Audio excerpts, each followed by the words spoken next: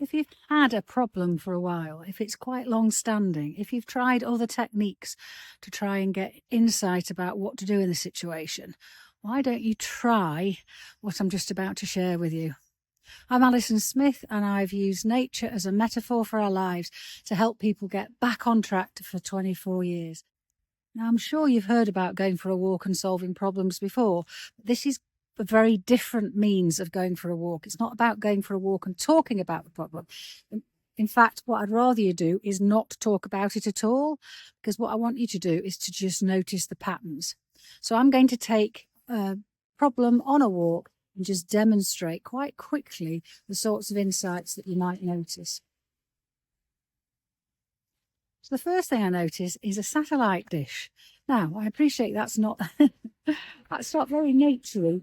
However, it was what I noticed. It's not about discarding or discounting anything that you notice. It's about going, oh, I've chosen to include that in my noticing. What's that telling me?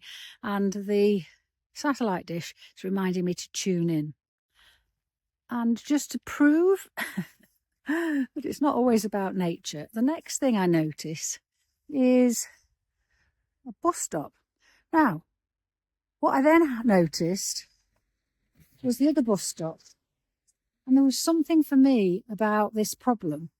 Something in the problem where it's as if I think I've got to go that way, and the bus stop going in the opposite direction is reminding me, could the solution be found in a completely different direction than I thought? As I enter the wood, the next thing I notice is a big a big sign that says this way.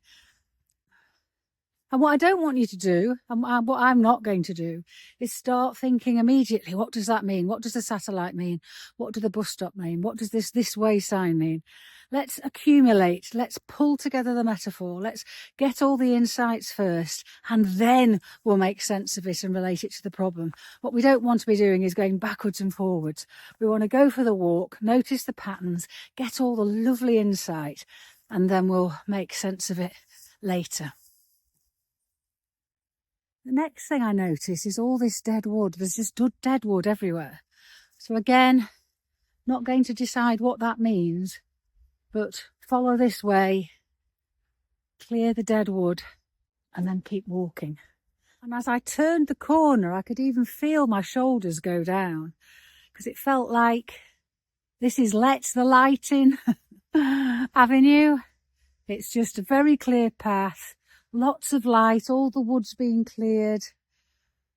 How lovely does that feel? As I walked down Let the Light In Avenue, I noticed these ferns, and there seemed to be actually, once I started attending and noticing, there was loads of ferns. Ferns that I always think about, the unfurling of the ferns. And it did feel a bit like that as I walked along the avenue, I was unfurling, I was releasing that I needed to let go of. And I've actually got a poem and video about letting go, so I'll put a link to that here. But yeah, there's something about the unfurling and just bringing that pattern to mind. And then I just needed to keep walking along the path.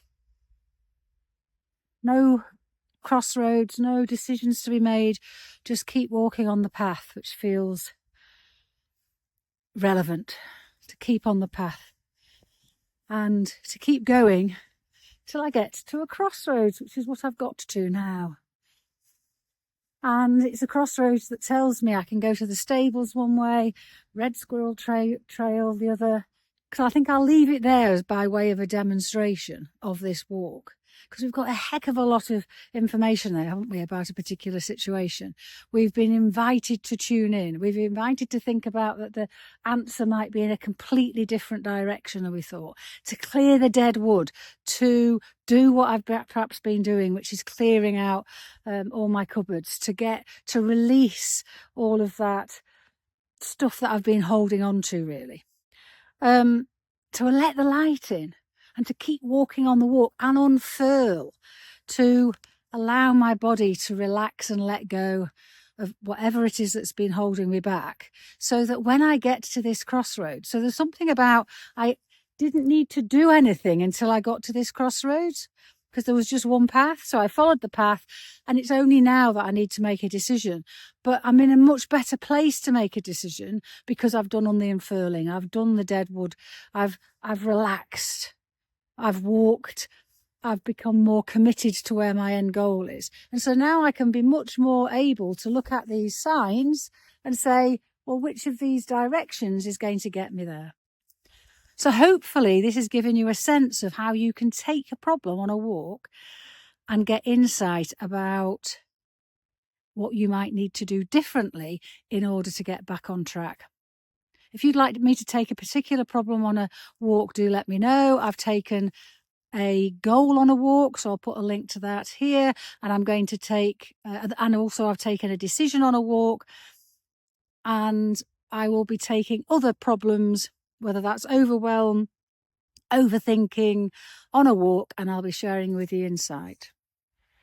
If you've enjoyed this unique insight on solving problems, do subscribe to the channel. Do let me know what you'd like a video on.